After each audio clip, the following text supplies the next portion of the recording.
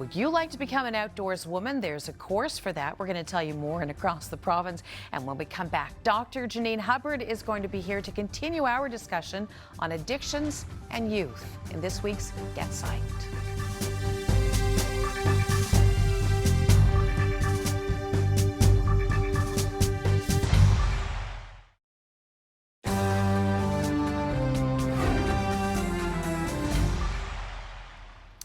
Welcome back to First Edition. We discussed last week that while most of us on occasion have used a substance to make ourselves feel good or avoid painful feelings or experiences, most of us will not develop an addiction. However, it can occur in others, especially in young people. Why does this happen? Well, to explain, I'm joined by Dr. Janine Hubbard for this week's Get Psyched. It's great to see you again. Oh, thanks for continuing to cover this topic, because this one is important. It is important. So are teens at increased risk for addictions? Well, remember we talked last week about what they call the biopsychosocial model of addiction. So a variety of factors impacting it. Well, one of the things that is happening with adolescent and young adult brain development is it's a time period of increased risk taking. It's a time when you think you're invincible and invulnerable and you're not really worried about long-term consequences for things because that part of the brain is still developing, which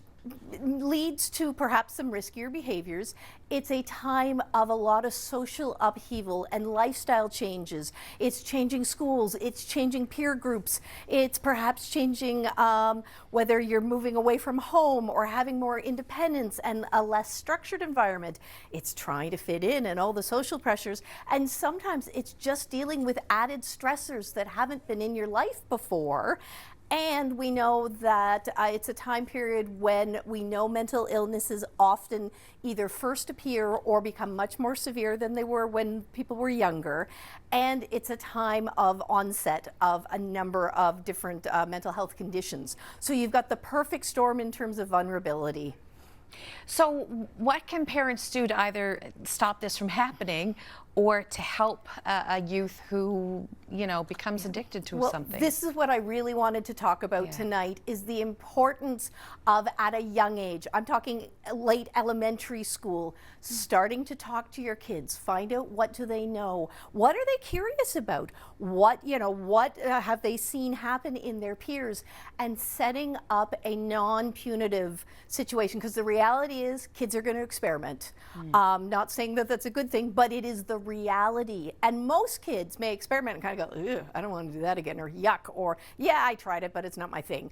Okay, that's great.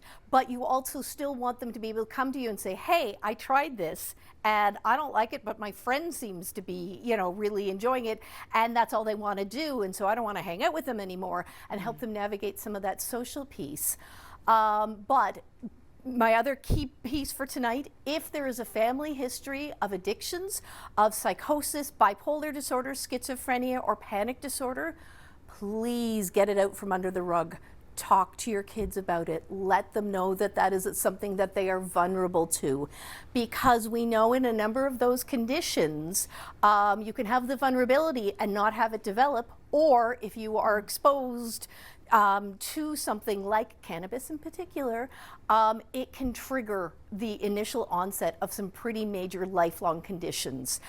So we really want to be honest about any kind of family history. And again, setting up those safeguards that, if they are struggling, that they do feel okay to reach out, that you're not going to suddenly get on their case. It may be, we kind of talk about harm reduction and risk management. Maybe it's okay, I know you're smoking cannabis. Let me make sure I'm buying it for you from safe sites while we get you help. Well, Dr. Janine Hubbard, again, we are at a time we could continue to talk about this. I have so many more questions, and I'm sure viewers have so many more questions as well. Thank you so much for coming in. Thanks.